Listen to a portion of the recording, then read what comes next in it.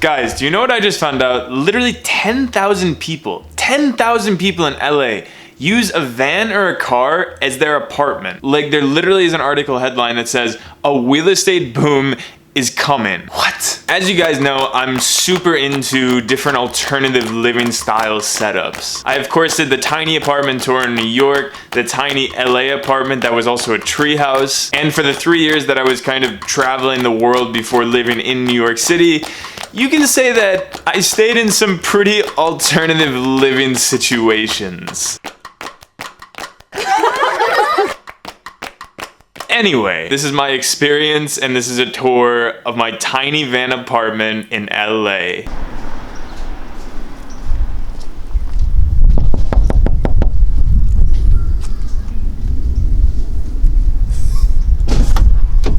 Yo! What's up, Brett Conti? Welcome home.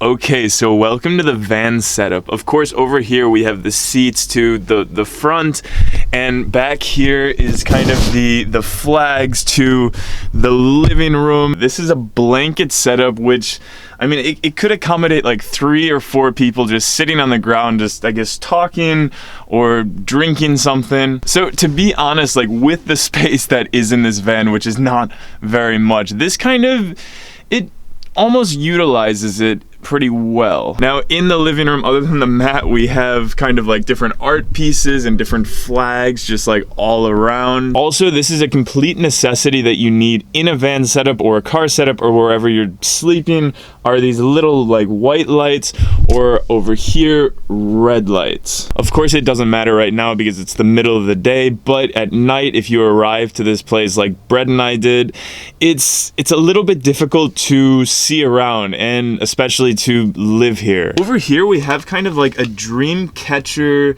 almost like a bag setup, which is super convenient because, you know, like even in bigger places, like bigger apartments, like even my apartment, something that people always complain about is that there's no desk next to the bed, and it's really quite efficient to have something to hold your things in here next to the bed.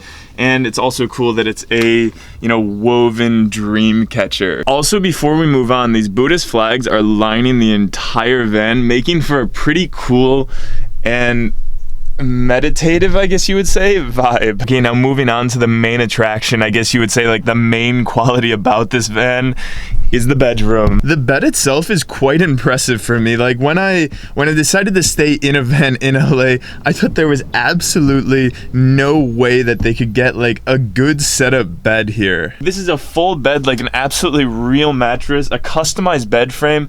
This bed is great for a regular apartment and just outstanding for a van. Now, something also important to note about the bed and overall the infrastructure of this van is there's wood everywhere, just lining the top of the car, lining the side of the car, and this is basically to keep the noise reduction at a minimum. If you do sleep here when it's raining like Brett and I did last night, it's still a little bit loud. It's still not the best of experiences. We woke up every 5 minutes because there's a tree right here, so like the branches just kept smacking the tree. It was raining. Yeah, that's one thing. Location is key if you are doing this. You need to find somewhere that doesn't have any trees nearby. You have to hope it doesn't rain. Yeah. Like the one day in LA that rains. But overall, it was a fun and unique experience. Yeah. What would you say? Like, yeah, you know, I'm average height. You're very tall. I'm like 5'10", 5'11". And I could not stretch my body this whole way, so the whole time you do have to sleep fetal position. But I guess that helps since it was freezing, so it helps keep you warm when you were just like a ball. Yeah. So it was nice if it wasn't so cold, I'd say. Yeah, like as you guys can see here, as Brett and I were talking about, your feet kind of touch the wall, making for not really that comfortable of an experience.